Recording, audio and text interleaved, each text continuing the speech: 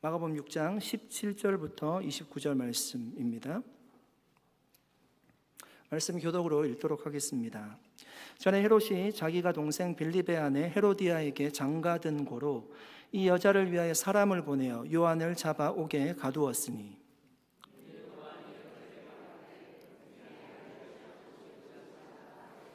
헤로디아가 요한을 원수로 여겨 죽이고자 하였을 때 하지 못한 것은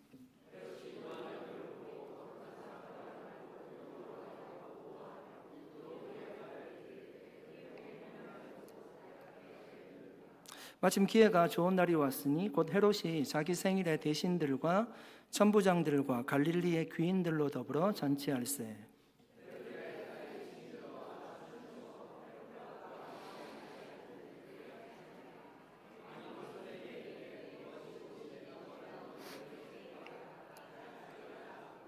또 맹세하기를 무엇이든지 내가 내게 구하면 내 나라의 절반까지라도 주리라 하거늘.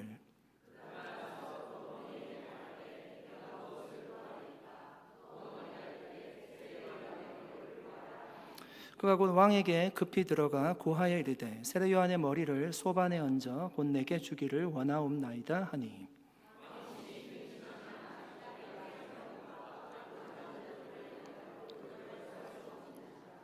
왕이 곧 시병 하나를 보내어 요한의 머리를 가져오라 명하니 그 사람이 나가 옥에서 요한을 목베어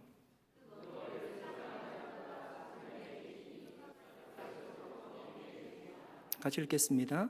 요한의 제자들이 듣고 와서 시체를 가져다가 장사하니라. 아멘. 잠깐 기도하겠습니다. 하나님 아버지 감사드립니다. 오직 이 시간 하나님의 감동하심으로 우리에게 말씀하여 주시기를 원합니다. 하나님의 말씀은 교훈과 바르게 함과 의로 교육하기에 충분한 말씀이라고 하셨사오니 우리에게 말씀하셔서 우리의 마음과 생각을 변화시켜 주시옵소서. 감사드리며 예수님의 이름으로 기도드립니다. 아멘. 여러분, 예수님이 태어날 때 유대를 다스리던 왕은 헤롯이었습니다. 헤롯에게 여러 명의 아내가 있었고요. 그 여러 명의 아내로부터 많은 아들을 두었습니다. 오늘 본문에 보니까 헤롯 왕이 등장합니다. 그런데 그 헤롯은 예수님이 태어날 때 그 헤롯이 아닙니다. 그 헤롯 대왕이라고 하는 예수님이 태어날 때 그 왕의 아들 중 한 명입니다. 헤롯 안티파스라는 왕이었습니다. 오늘 본문은 그와 세례 요한 사이에 있었던 한 사건을 우리에게 말씀하고 있습니다. 17절 말씀인데요. 제가 읽어드리겠습니다. 전에 헤롯이 자기가 동생 빌립의 아내 헤로디아에게 장가든 고로 이 여자를 위하여 사람을 보내어 요한을 잡아 옥에 가두었으니. 여러분, 역사적 사실에 의하면 헤롯은 아라비아의 왕의 딸과 결혼을 했다고 합니다. 그런데 헤롯이 동생의 아내와 다시금 결혼하려고 하니까 이 본처가 자신의 고향으로 도망쳤다고 합니다. 헤롯의 동생 빌립은요, 친동생이 아니라 헤롯 대왕의 여러 명의 아내가 있었기 때문에 다른 아들이었어요. 그러니까 이복 동생이었습니다. 헤롯은 그의 아내, 그러니까 동생의 아내 헤로디아와 사랑에 빠져 결혼을 하게 된 것입니다. 여러분, 사실 당시는 왕들이 여러 명의 아내를 두는 것이 그렇게 이상한 일은 아니었습니다. 당시 유대를 지배하고 있던 나라는 로마였죠. 로마는 일부 다처를 인정하는 나라였습니다. 그러니까 유대 왕들도 아마 자연스럽게 영향을 받았던 것 같습니다. 아마 정치적인 이유도 있었을 것입니다. 세력 확장을 위해서 아니면 동맹관계를 유지하기 위해서 정략적인 결혼을 선택하게 되었을 것입니다. 그런데 문제는 그 헤로디아가 동생의 아내였다는 것입니다. 이런 본문에는 감춰져 있지만 학자들에 의하면요, 헤로디아는 사실은 헤롯의 또 다른 동생 아리스토블루스라는 그 동생의 딸이었습니다. 그러니까 조카였다는 거예요. 그러니까 헤로디아 입장에서 보면요, 전 남편 빌립도 삼촌이고요, 다시금 결혼하는 헤롯도 삼촌이라는 얘기입니다. 여러분, 세례 요한은 이것은 잘못된 것이라고 헤롯에게 지속적으로 얘기했습니다. 18절 말씀입니다. 이는 요한이 헤롯에게 말하되 동생의 아내를 취한 것이 옳지 않다 하였습니다. 여러분, 세례 요한은 무엇이 옳지 않다라고 얘기하고 있습니까? 동생의 아내를 취한 것이 옳지 않다라고 얘기합니다. 그럼 그것이 도덕적으로 윤리적으로도 문제가 될 수 있겠지만 그것보다는 하나님의 말씀에 맞지 않는다는 뜻입니다. 레위기 20장 21절 말씀입니다. 누구든지 그의 형제의 아내를 데리고 살면 더러운 일이라. 그가 그의 형제의 하체를 범함이니 그들에게 자식이 없으리라. 여러분, 사실 로마 당시에는요, 일부 다쳐도 일반적이었지만 근친상간도 되게 많이 일어났던 때였습니다. 아마 헤롯도 그래서 자연스럽게 영향을 받았는지도 모르겠습니다. 그런데 하나님이 이것을요, 죄라고 하십니다. 세례 요한이 용기 있게 헤롯에게 얘기했던 거예요. 원문으로 보시면 이것이 과거형으로 기록되어 있지 않고요, 미완료형으로 기록되어 있어요. 무슨 얘기인가 하면 한 번 얘기한 것이 아니라 계속 얘기했다는 거예요. 만날 때마다, 기회가 될 때마다 이것은 죄라고 계속 얘기했다는 것입니다. 여러분, 헤롯의 입장에서 한번 생각해 보십시오. 헤롯이 그 얘기를 세례 요한에게 매번 듣게 되는데 얼마나 불편했을까요? 그러니까 헤롯뿐만 아니라 헤롯의 아내가 되는 헤로디아도 굉장히 불편했을 것입니다. 그래서 결국 헤롯은요, 이 아내 헤로디아를 위해서요, 요한을 옥에 가두었습니다. 17절 말씀이 그렇게 얘기합니다. 아내를 위하여. 이 여인을 위해서요, 세례 요한을 옥에 가두었습니다. 20절 말씀입니다. 헤롯이 요한을 의롭고 거룩한 사람으로 알고 두려워하여 보호하며 또 그의 말을 들을 때 크게 번민을 하면서도 달갑게 들어밀어라. 여러분, 사실 헤롯은요, 아내 헤로디아가 요한을 옥에 가두라고 얘기하지 않았다라면 옥에 가두지 않았을 겁니다. 어떻게 얘기하는가 하면 헤롯이 본 세례 요한은요, 의로운 사람이었어요. 그를 볼 때 두려웠대요. 그가 말씀하는 것을 듣고요, 불편했지만 달갑게 받았대요. 무슨 얘기인가 하면 기꺼이 받았다는 거예요. 얘기를 들을 때 번민하는 마음도 있었다라고 얘기합니다. 그렇지만 그 얘기를 가볍게 여기지 않았어요. 하나님의 말씀으로 받았다는 겁니다. 요한을 의롭고 거룩한 사람으로 알고 두려워하여 보호하며. 두렵지만 요한을 심판한 것이 아니라 보호했다라고 합니다. 여러분, 보십시오. 지금 헤롯의 귀에는요, 두 가지 목소리가 들리고 있습니다. 한 목소리는 헤로디아의 목소리예요. 저 세례 요한 옥에 가두라고 얘기합니다. 19절 말씀에 보니까 요한을 죽이려고 했대요, 헤로디아가. 그러니까 남편인 헤롯에게요, 계속 얘기했을 거예요. 옥에 가두고 요한을 죽이자고. 그것이 헤롯이 들었던 한 가지 목소리예요. 헤롯의 귀에 들린 또 다른 목소리는요, 세례 요한의 목소리입니다. 동생의 아내를 취하는 것이 죄라는 것입니다. 그러니까 그 죄를 회개하라는 목소리였습니다. 지금 헤롯은 이 두 목소리 사이에서요, 어떻게 할지를 몰라 번민하고 있어요. 크게 근심했대요. 몹시 괴로워하고 있습니다. 예수님이 광야에서 시험 받으시고 마귀에게 광야에서 40일 금식하시고요, 마귀에게 시험을 받으십니다. 그때 마귀가 했던 목소리를 한번 들어보십시오. 여러분, 예수님의 귀에도요, 두 가지 소리가 들려요. 한 소리가 사단의 목소리였습니다. 여러분, 그 소리가 얼마나 달콤했는지 몰라요. 40일을 금식하며 줄인 예수님입니다. 그 예수님께 이 돌들이 떡덩이가 되라고 합니다. 음식 주겠다는 거예요. 예수님을 성전에 데리고 올라가서요, 여기서 뛰어내리라고 합니다. 그러면 천사가 너를 지켜줄 거라고 얘기합니다. 높은 산에 데리고 가서 천하만국을 보여주고 난 이후에 나에게 한번 절을 하면 이 모든 것을 너에게 줄 것이라고 얘기하죠. 여러분, 예수님의 귀에도요, 그 사단의 목소리가 굉장한 달콤한 유혹입니다. 또 다르게 예수님께 들린 소리는 하나님의 목소리였어요. 말씀으로 확신을 주시는 목소리였습니다. 여러분, 예수님은 두 목소리 중에 누구의 목소리를 들었습니까? 하나님의 목소리를 들었어요. 요한복음 10장 27절 말씀입니다. 내 양은 내 음성을 들으며 나는 그들을 알며 그들은 나를 따르니라. 여러분, 예수님이 뭐라고 지금 말씀하시는가 하면 우리에게도요, 두 가지 목소리가 들린다는 거예요. 한 목소리는 삭군의 목소리래요. 삭군은 양들인 우리에게요, 모든 것을 해줄 것 같은 목소리예요. 완전히 보호해 줄 것 같은 목소리이지만 양들이 위협을 당하게 되면요, 가장 먼저 도망칩니다. 또 다른 목소리는 선한 목자 되신 예수님의 목소리예요. 예수님의 목소리는요, 우리를 지켜주신대요. 양들을 위해서 생명을 주신대요. 그 예수 그리스도의 목소리를 따라갈 때 양들은 푸른 초장과 실마란 물가로 인도함을 받는다고 얘기하고 있습니다. 여러분, 주님이 뭐라고 말씀하죠? 내 양은요, 내 음성을 듣는데요. 내 양은 내 음성을 듣노라고 얘기합니다.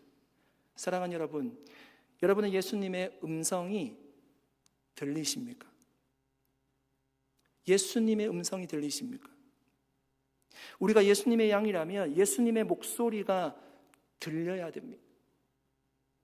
세상의 목소리는 삭군의 목소리와 같이 달콤합니다. 그러나 그 소리는 생명의 소리가 아니에요.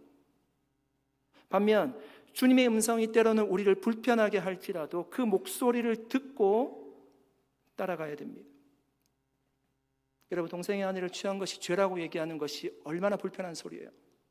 그런데 그 목소리가 불편하다고 피하고요, 그 목소리를 듣지 않고 헤로디아의 목소리를 들으면 그 길은 망하는 길이에요. 멸망으로 가는 길이에요. 불편해도, 세례 요한의 목소리가 불편해도 그 목소리를 들어야 되는 거예요. 여러분, 주님의 음성이 우리에게 때로는 왜 불편하게 느껴질까요? 여러분, 사실은 그 음성이요, 우리를 위한 음성이지 않습니까? 만약 불편하게 느껴진다면 그것은 누구 잘못이신가요? 말씀을 하는 하나님이 잘못되신 건가요? 아니면 우리가 잘못되었기 때문인가요? 뭔가 불편한 것이 있다면요, 하나님이 그거 고쳐주시고자 우리에게 말씀하신 줄로 믿습니다. 여러분, 헤롯이 잘못되지 않았다면 세례 요한의 얘기가 전혀 불편하지 않았을 겁니다. 사실이었잖아요. 동생의 아내를 취한 것이 사실이었잖아요. 그러니까 불편하게 느껴지는 거죠. 어느 날 한 중년 남성이 병원을 찾았습니다. 그는 최근 들어 피로감이 심하고 가슴이 답답했지만 괜찮겠지라고 여기며 대수롭지 않게 생각했습니다. 검진 결과를 의사가 알려줍니다. 당신의 건강 상태가 위험합니다. 당장 생활 습관을 바꾸고 치료를 시작해야 됩니다. 남성은요, 순간적으로 불쾌한 감정을 느꼈습니다. 아니, 설마 내가 평소에도 건강한 편인데 의사가 뭐 잘못한 것 아닌가? 불평한 생각이 들었습니다. 하지만 아내와 가족들의 간곡한 설득 끝에 그도 마지못해서요, 의사의 권고를 따르기로 했습니다. 식습관을 바꾸고 규칙적으로 운동을 하고 약을 복용하기 시작합니다. 몇 개월 후에 그는 다시 병원을 찾았고요, 의사는 놀라운 변화를 보고하며 말했습니다. 당신이 내 말을 듣고 변화를 결심한 덕분에 건강이 회복되고 있습니다. 남성이 그제서야 알았습니다. 그때 의사의 말을 듣지 않았다면 정말 큰일 날 뻔했구나. 여러분, 우리도 듣기 싫어하는 말들이 있어요. 이런 부모님의 잔소리를 듣기 좋아하는 자녀가 있습니까? 여러분, 있다면 오늘 가서 선물 주십시오. 저도 그렇지 않았고 저희 자녀들도 그렇지 않았고 제가 아는 어떤 자녀도 그렇지 않아요. 그래서 생각해보면 그 잔소리는요, 다 자녀들에게 이로운 말이에요. 물론 부모들이 기분 나쁘게 얘기할 때도 있지만 이로운 말입니다. 나중에 생각해보면 그것이 옳다는 것을 우리가 알게 돼요. 원고에 없는 얘기지만 한 가지 좀 하고 싶은 게, 저희 아내가 저한테 불편한 얘기를 할 때가 있습니다. 그러니까 그냥 부부 사이에서 하는 불편한 얘기가 아니라 목회에 가는 불편한 얘기예요. 제가 듣기 굉장히 불편합니다. 그래서 제가 좀 오늘 주일이니까 그만하자 이렇게. 그런데 그 얘기는요, 제가 꼭 들어야 되는 얘기예요. 사실은 제가 꼭 알아야 되는 얘기들입니다. 굉장히 조심스럽게 얘기합니다. 그렇지만 제가 정말 들어야 되는 얘기입니다. 때로는 여러분, 우리에게요, 그런 얘기들이 있어요. 듣기 싫은 얘기들이 있어요. 그런데 그 불편한 얘기가 우리에게 약이 될 때가 있잖아요. 여러분은 좋은 친구가 있으십니까? 저희 아이들은요, 제가 친구 한 사람도 없는 거 알아요. 만나는 사람이 다 교인들이고 그냥 친구가 없는 사람으로 태어난 줄 압니다. 근데 저도 친구가 있거든요. 여러분, 어떤 친구가 좋은 친구일까요? 연세가 들수록 여러분, 우리가 만나는 친구들이요, 우리에게 좋은 말을 해주는 사람들을 만나게 된대요. 왜냐하면 이제 연세가 드시면 그때까지 불편한 사람들을 만나기 싫은 겁니다. 그런데 여러분, 좋은 말만 해주는 분들이 좋기는 하지만 우리 자신을요, 정확하게 보기는 사실은 어려워요. 10년 만에 친구를 만났습니다. 친구가 얘기합니다. 야, 너 하나도 안 변했다. 그대로야. 여러분, 그 얘기를 믿어야 되는 것입니까? 아니, 이게 10년 만에 만나 하나도 안 변했으면 이게 의학적으로 문제가 있는 거 아닙니까? 이거 연구를 해야 되는 부분이에요. 여러분, 좋은 말 좋지만, 우리를 기분 좋게 해주지만 자신의 문제를 인지하지 못하게 해요. 여러분, 그래서 어떤 조직도요, 그 조직이 건강하려면 직원을 해주는 사람이 있어야 된다는 것입니다. 그래서 교회도요, 사실은 불평하는 사람들이 필요한 거예요. 우리의 문제를 보지 못할 수가 있거든요. 잠언 27장 6절 말씀입니다. 친구의 아픈 책망은 충직으로 말미암는 것이나 원수의 잦은 입맞춤은 거짓에서 난 것이라. 여러분, 원수들은요, 좋은 얘기할 수 있어요. 책임 안 져요. 그냥 축복의 얘기만 할 수 있습니다. 그런데 친구가 어렵게 이 아픈 얘기를 한다는 것은요, 충직한 마음으로 한대요. 그렇게 책망한대요. 여러분, 하나님의 말씀도 우리에게 아프고 쓰지만 우리가 들어야 될 소리는요, 달콤한 사단의 목소리가 아니라 하나님의 목소리인 줄 믿습니다. 하나님의 말씀이에요. 주님이 우리에게 말씀하시는 거예요. 두 소리가 들릴 때 머뭇머뭇하지 말라는 거예요. 우리에게는 정확해요. 하나님의 말씀을 들어야 된다는 거예요. 이런 바울이 고백하잖아요, 로마서에서. 우리의 마음에 늘 두 생각이 있대요. 육신의 생각이 있고요, 영의 생각이 있어요. 바울이 뭐라고 하죠? 결국 육신의 생각은 사망이래요. 영의 생각은 생명과 평안이래요. 여기서 영은요, 우리의 영을 얘기하는 것이 아니라 성령을 얘기하는 거예요. 성령의 음성을 듣고 따라가는 자에게 생명과 평안이 있다라고 말씀하는 것입니다. 사랑하는 여러분, 여러분 요즘 어떤 목소리가 더 크게 들리십니까? 여러분, 하나님이 에덴 동산을 완벽하게 만들었잖아요. 그런데 인간은 처음부터요, 두 목소리를 들었어요. 에덴 동산에서 아담과 하와가 하나님의 목소리도 들었지만 사단의 목소리도 들었어요. 달콤한 목소리였어요. 하나님처럼 해주겠대요. 그런데 여러분, 아담과 하와가 어떤 목소리를 선택했습니까? 그리고 어떻게 되었습니까? 사랑하는 여러분, 주님은 내 양은요, 내 목소리를 듣는다라고 말씀합니다. 여러분, 주님의 목소리를 더 크게 들을 수 있는 저와 여러분 될 수 있기를 축복합니다. 그래서 정말 하나님이 약속하신 생명과 평안을 얻는 저와 여러분 되시기를 예수 그리스도 이름으로 간절히 축복합니다. 마태복음 14장 5절입니다. 헤롯이 요한을 죽이려 하되 무리가 그를 선지자로 여김으로 그들을 두려워하더니. 여러분, 헤롯이 요한을 왜 죽이지 못했다라고 지금 방금 읽었던 말씀에서 얘기하고 있죠. 백성들이요, 요한을 선지자로 알았대요. 그러니까 선지자를 죽이는 것은 자신에게도 굉장히 큰 부담이 되는 겁니다. 백성들이 들고 일어나서 소요가 일어나고 그렇다면 정치적으로 큰 위협 요소가 될 것입니다. 그런데 결국 이 헤롯이요, 세례 요한을 죽이라고 허락했어요.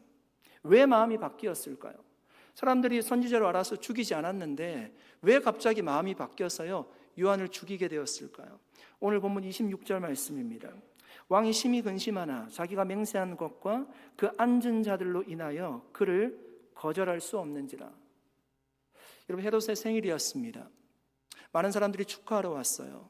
거기에는요, 유대에서 영향력이 있던 모든 사람들이 참석했습니다. 대신들, 천부장들, 귀인들이 다 참석했어요. 그 생일날, 그 기쁜 날 헤로디아의 딸이 들어와서요 막 춤을 추면서요 축하연을 한 것입니다. 그 헤로디아의 딸은 헤롯의 그러니까 친딸이 아니에요. 전 남편과의 관계에서 낳은 살로메라는 딸이었습니다. 학자들에 의하면 무의가 들어오지 않고요, 왕의 딸이 들어와서 춤을 추며 축하연을 한 것은 굉장히 이례적인 일이었다고 합니다. 물론 거기에 있는 많은 사람들이요 이 축하연을 보고 굉장히 좋아했습니다. 헤롯도 너무너무 흐뭇해했습니다. 그래서 이렇게 얘기합니다. 헤로디아의 딸에게 얘기하는 것입니다. 무엇이든지 내가 원하는 것을 내게 구하라. 내가 주리라. 여러분, 이 말이 부족했던지 맹세하면서 얘기합니다. 무엇이든지 내가 내게 구하면 내 나라의 절반까지도 주리라. 여러분, 헤로디아의 딸이 이 얘기를 듣고 무엇을 구했을까요? 여러분이 만약에 왕이 여러분을 불러서 내 나라의 절반까지도 주리라 그렇게 얘기하고 구하라고 하면 여러분 어떤 걸 구하실래요? 잘 그런 일 일어나지 않을 거니까요. 일부 여기 때 얘기하니까요 나라의 절반을 달라고 할 거라고 얘기하더랍니다.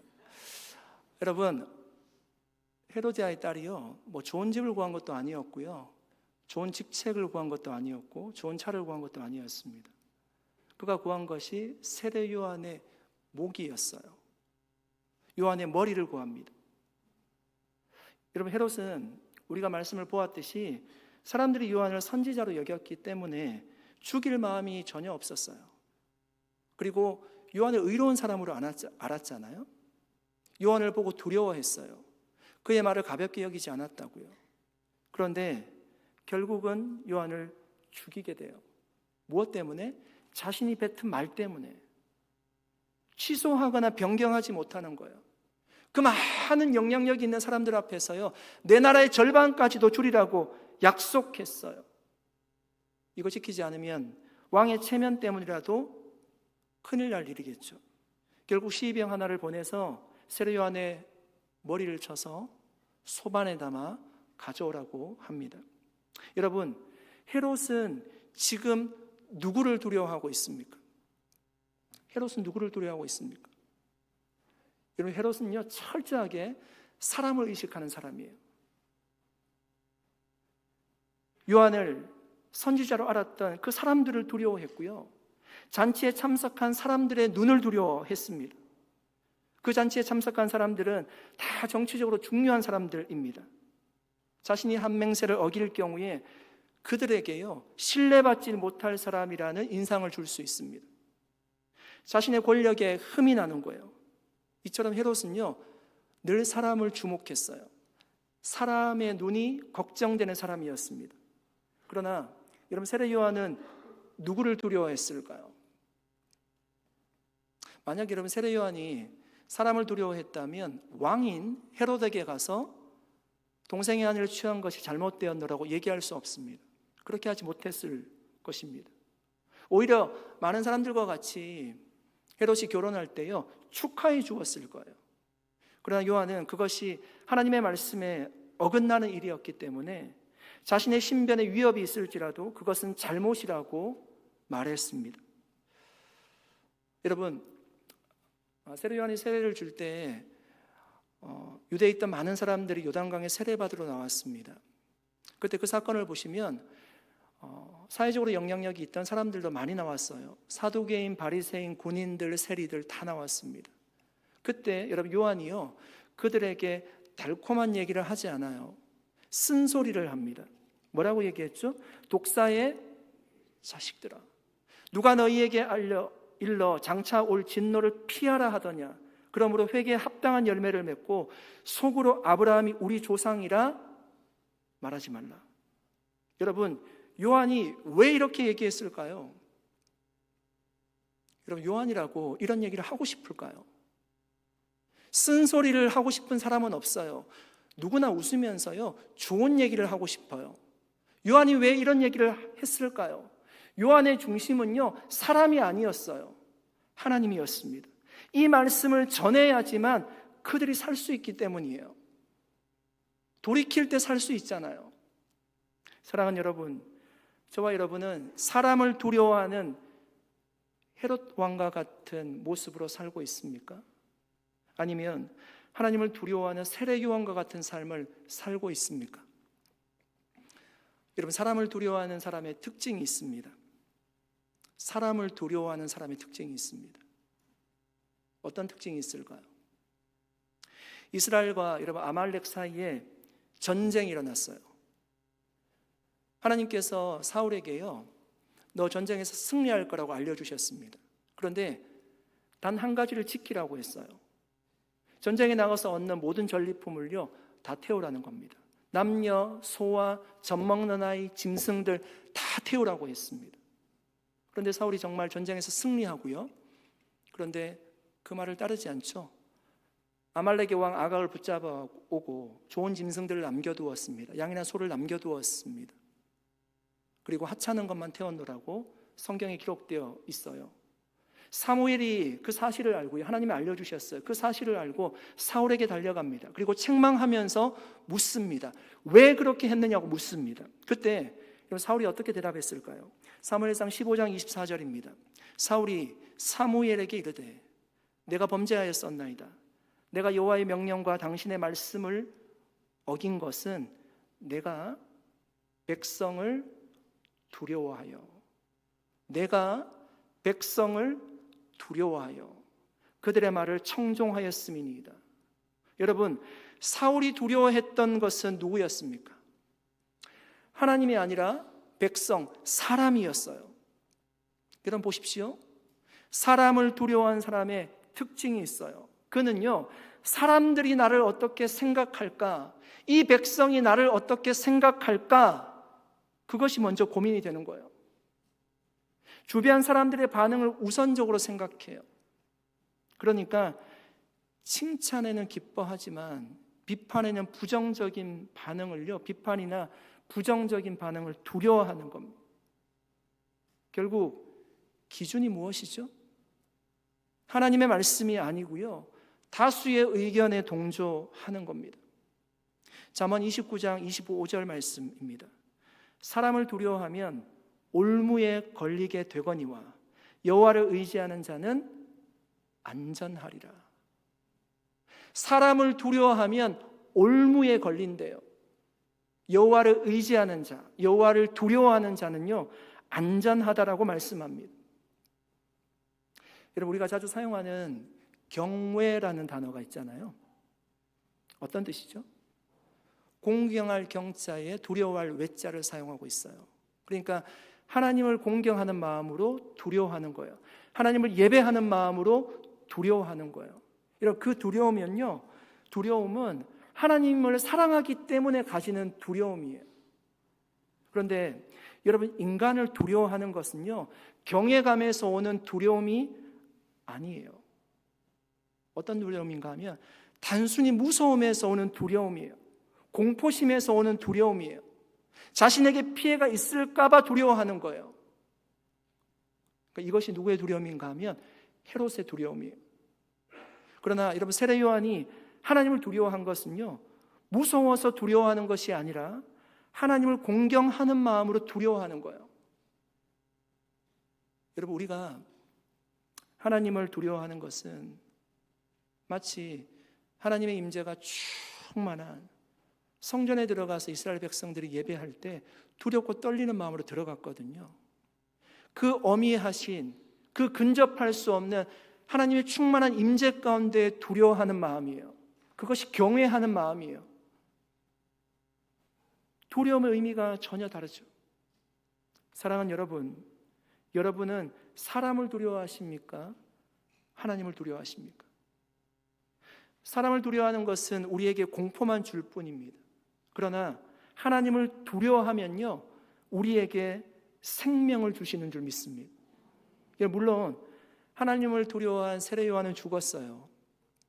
생명이 어디 있냐고 얘기할 수 있겠지만 어떤 분들은, 그러나 요한에게는요 정말 영원한 생명이 있었잖아요.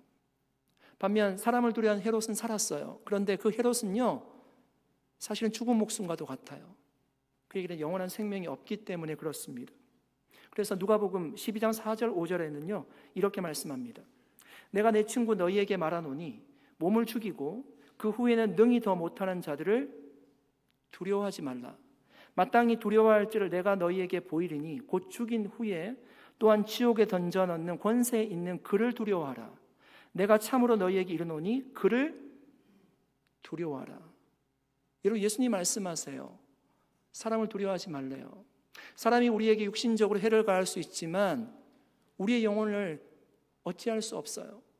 정말 우리가 두려워해야 될 분은요, 우리의 육신과 영혼까지 심판할 수 있는, 멸할 수 있는 그 하나님을 두려워하라는 것입니다. 사랑하는 여러분, 정말 예수님의 말씀처럼 사람이 아니라 하나님을 두려워하며 살 수 있기를 축복합니다. 그런데 여러분, 안타깝게도 우리가 육신을 입고 있잖아요. 우리 앞에 보이는 것이 다 사람이잖아요. 우리는 사람을 두려워하면서 삽니다. 우리 안에 그런 마음들이 있어요. 이 사람이라고 하는 것이요, 세상을 얘기하는 거예요. 우리가 세상을 두려워하고 사람을 두려워하는 마음이 있어요. 여러분, 그 두려움을 우리가 어떻게 내어 쫓을 수 있을까요? 인도의 설화 중에 이런 이야기가 있습니다. 어떤 마술사가 쥐 한 마리를 관찰하다가 쥐가 고양이 앞에서 벌벌 떨며 두려워하는 모습을 보았습니다. 한참 동안 관찰하던 마술사의 마음에 그 쥐가 불쌍하게 생각이 되었습니다. 그래서 마술사는 마술을 부려서 이 쥐를 고양이로 변하게 했습니다. 그런데 변신한 고양이가 또다시 두려워하기 시작합니다. 이번에는 개를 몹시 두려워합니다. 더 불쌍하게 느낀 마술사는 다시 한번 마술을 사용해서 이 고양이를 개로 만들어 주었습니다. 그런데 개가 된 고양이는 개가 되자마자 이번에는 호랑이를 두려워하기 시작합니다. 이 모습을 불쌍히 여긴 마술사가 또다시 마술을 부려서요, 호랑이로 변신시켜 주었습니다. 그런데 변신하자마자 호랑이는 사냥꾼의 총을 두려워하기 시작합니다. 사냥꾼을 두려워하는 호랑이를 보면서 마술사는 모든 것을 포기하며 이렇게 말합니다. 내가 아무리 해보았자 너의 두려움이 끝나지 않는구나. 너는 별 수 없는 쥐새끼다. 다시 쥐로 돌아가라. 그래서 다시 원래 모습인 쥐로 돌아갔다는 이야기입니다. 여러분, 이 이야기가 뭘 얘기할까요? 우리 속에는요, 끊임없이 두려움이 일어난다는 거예요. 그 두려움을 피하지 못하고 비틀거리는 인간의 모습을 보여주는 이야기예요. 이 두려움이 사라지면 다 끝난 것 같은데 다른 두려움이 찾아오고요, 끊임없이 우리에게 두려움이 밀려옵니다. 이 두려움을 어떻게 우리가 몰아낼 수가 있을까요? 요한일서 4장 18절 말씀입니다. 같이 한번 읽어보시면 좋겠습니다. 같이 읽겠습니다.